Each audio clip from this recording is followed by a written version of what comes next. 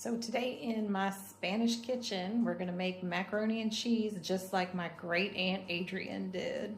Now it's not like a creamy macaroni and cheese, it's baked, but it's delicious. It's so many people just over the years have just absolutely adored it. And I remember, when I was a kid and stuff, she would show me every year when she would make it, especially for Thanksgiving, but any kind of family gathering. She was always expected to make the macaroni and cheese, and everybody tried to make it like her and they struggled, but it was because they'd cut corners. You can't cut corners, and she told me this, several times. You can't make it healthier. You can't do any of that. You got to just, do it exactly like she did it. And so I'm going to show you. This is special because, this is from my family. This is from a woman who was born in the 1920s, who grew up real close to, if you're old as me or older, you might remember the Waltons.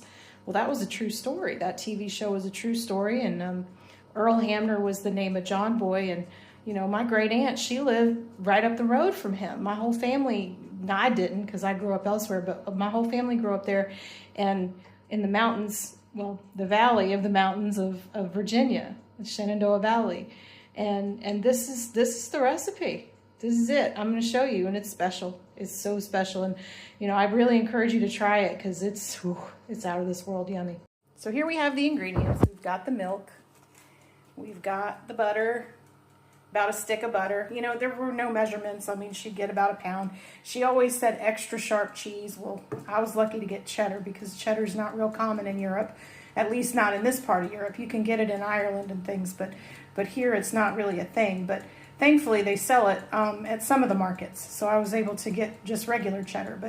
But if you're making this at home in the States, then you want to get the extra sharp. Whenever you can get the extra sharp, and I really like the extra sharp Tillamook, but any extra sharp will do. And then this is some salt, pepper, and yes, sugar. Now, sugar is an important part of this recipe, and again, you don't want to cut corners. So the other part of the recipe is a pound of elbow noodles, and this is what I came up with today at the store. My lovely carrefour. This is bigger, a little bit fatter than what I would like, and this is a little bit thinner than what I'd like, but it also looks like what you find in regular, like box macaroni and cheese. So I'm going to try this time, and then the next time I make this recipe, which it's so rich, it'll be a while, but the next time I do it, I'll use that and see what happens. But I'll let you know how it turns out. Again, we've got real simple ingredients. See, I got my water starting to boil here. Well, it's coming closer. Got to boil my noodles. Remember, you want to boil your noodles a little bit less than what the package says because you don't want them to get mushy with everything because you're going to bake them in the oven. So again, here's my milk. Here's my 1 stick of butter, more or less. Oh, and here's my pan. Now, if you're doing this at home, you can do a 9x13 glass pan. And then there's my 1 pound of cheese. You just slice it. You do not grate it. It ruins it if you grate it. You just want to slice it. Big chunks is fine. And then the sugar, the salt, and the pepper, and the noodles. Okay, so our noodles are done, and we have all of our ingredients ready. This is a layered dish, so we're going to put about half of the noodles in. I've never done it with this size of noodles before, but we'll see how it goes. I think that the size of noodles is the same as what comes in a box macaroni and cheese, my great Aunt Adrianne might be rolling over in her grave, but we'll see how it turns out. Okay, so we put a little salt. Now, she never measured anything. She would just buy a pack of cheese, a pound of cheese, put a little pepper. Now, the sugar comes after the cheese. So it's noodles, salt, pepper, and cheese. And I'll show you the butter. You gotta be patient with the butter, because butter comes later. I'll show you. But you don't want to be stingy with any of this. We got more cheese in the refrigerator if we need it. Because you want to make sure that it's got cheese everywhere, cheese in every bite. This is macaroni and cheese, not just macaroni, right? And you don't have to be perfect about it. Part of the The charm of this recipe is that it's just so rough. Everything is rough estimates on everything. Now I got a lot of cheese left on the plate, so I want to use about half of the cheese that I had, so I'm probably going to use a little bit more to make sure we use the whole pound. Make sure it's good and cheesy, because everybody likes cheesy macaroni and cheese, and this is Thanksgiving, so we don't want to be stingy on anything. Thanksgiving's a time to loosen your belt, wear sweatpants, yoga pants, whatever. All right, so now we got the cheese, we got the noodles and the cheese. Now we sprinkle the sugar. And this is gonna caramelize the cheese when it bakes. Oh boy, it's so good. Now I'm not really a person, I don't like a lot of sugar, but this is, like I said, it's an old recipe, and we're gonna do it exactly the way that she did it, because that's how we know it's going to be good. All right, now we're gonna put the rest of the noodles on here. You just want to spread it out all even like. So you got half a pound of macaroni on the bottom and half a pound on the top. Of course, it weighs more than that now because it got all hydrated with the water from the boiling. Okay, so we're going to do the same thing. We're going to put pepper and salt and pepper, however you want to say it. Sprinkle that salt. Okay. Now we're going to put the rest of the cheese on there. I'm going to roll it this way since we did it the opposite on the other part. And this pan's a little weird because it's kind of sort of an oval, kind of sort of a rectangle. Not sure what it is. It's a pretty nice pan. I've cooked a cake in it before. I made a carrot cake.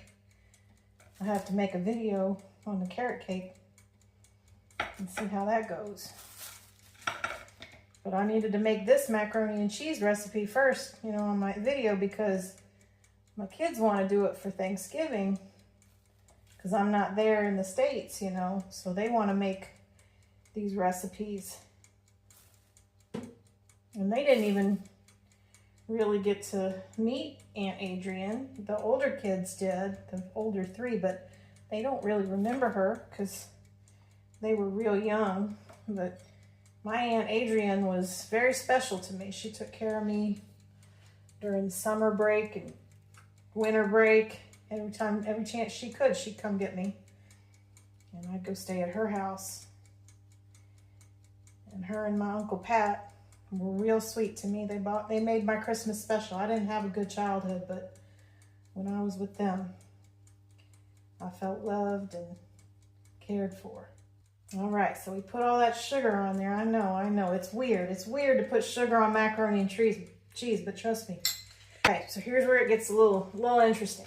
Now we're gonna take pieces of the butter and we're gonna stick them in the macaroni, like put them in there. So this is gonna get a little bit messy. Now you guys gotta, you use my recipes, you gotta use the real stuff. We don't use boxes, we don't use dried, nothing substandard, okay? You want all the good stuff. So, we're gonna use real milk, real cheese, best quality you can get. So yeah, you just take pieces of the butter and you stick it inside the noodles. And yes, my hands are clean. I don't know how people cook with gloves. That's so silly. It's like, just wash your hands.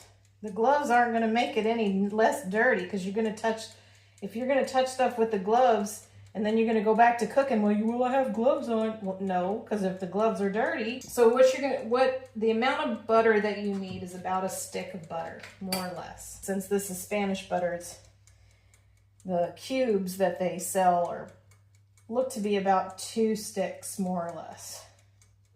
You learn to say more or less a lot in Spain, más o menos, especially about measurements when you're trying to convert metric to what we use in the States. I don't understand why we never went metric. I remember in school, when we were in grade school, they said we were going to shift to metric and that they were teaching us metric because we were going to go metric. And all I know is Ronald Reagan got elected and metric went away.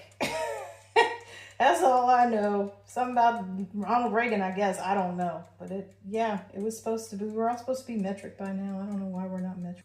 This is just how she did it, okay? You know, you can do it other ways, but it's not going to be right. And don't come back here on YouTube and, you know, put in the comments if you didn't do it the way I did it, and then you're going to go back and say, oh yeah, it wasn't good. Yeah, well, if you didn't follow my instructions, that's on you, buddy. She always said you have to do it exactly this way or it's not gonna work. Okay, so now you're saying, how much milk? How much milk do we use? I don't know how much milk.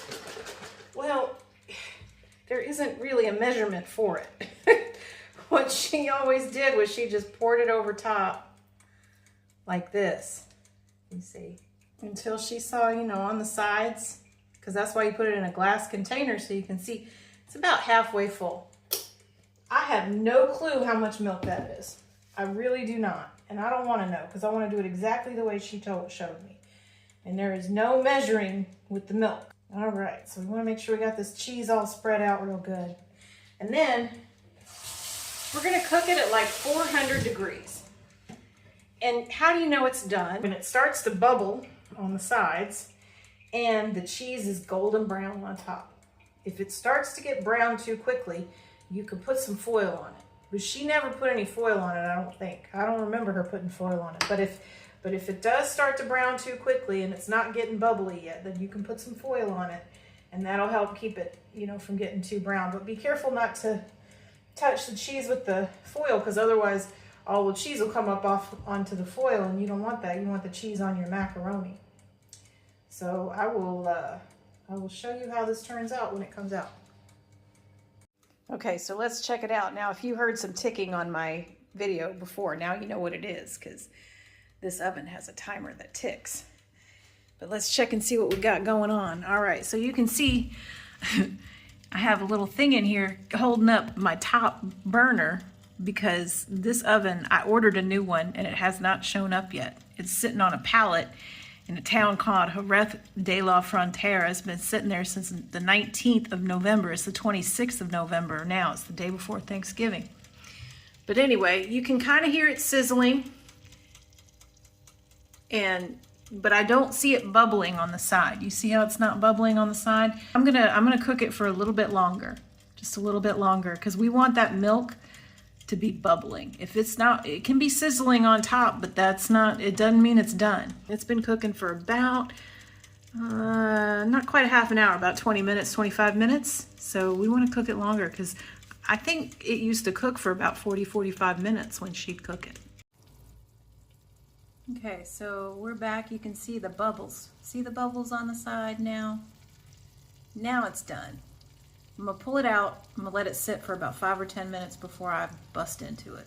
And I just pulled it out. You can see it's bubbling on the top. That means it's done. Now it's brown on the edges. Not so much brown, but that's all right. That's good. It can be browner, but it looks great. It looks great, but look at all those bubbles. Look at all those bubbles. That's how you know it's ready, because it's bubbly. But you gotta let it sit. See, this is the hard part, because I want to eat it right now. And it is 10 o'clock at night where I am right now. But I gotta let it sit. So here it is. Here's the good part. We get to serve it up. Now you're gonna see it's not like what a lot of people think about when they think about macaroni and cheese. This is a very, very different type of recipe, but very, very yummy. Oh boy, I'm excited. See how it kind of has that white, the milk has kind of curdled a little bit. That's all right. That's what it's supposed to do. It's gonna taste delicious. Oh, this is perfect. This is perfect. See, I know it's perfect when it reminds me of Thanksgivings from when I was a kid. This is perfect. So if you make it like this, it's going to be exactly right. Enjoy. Happy Thanksgiving.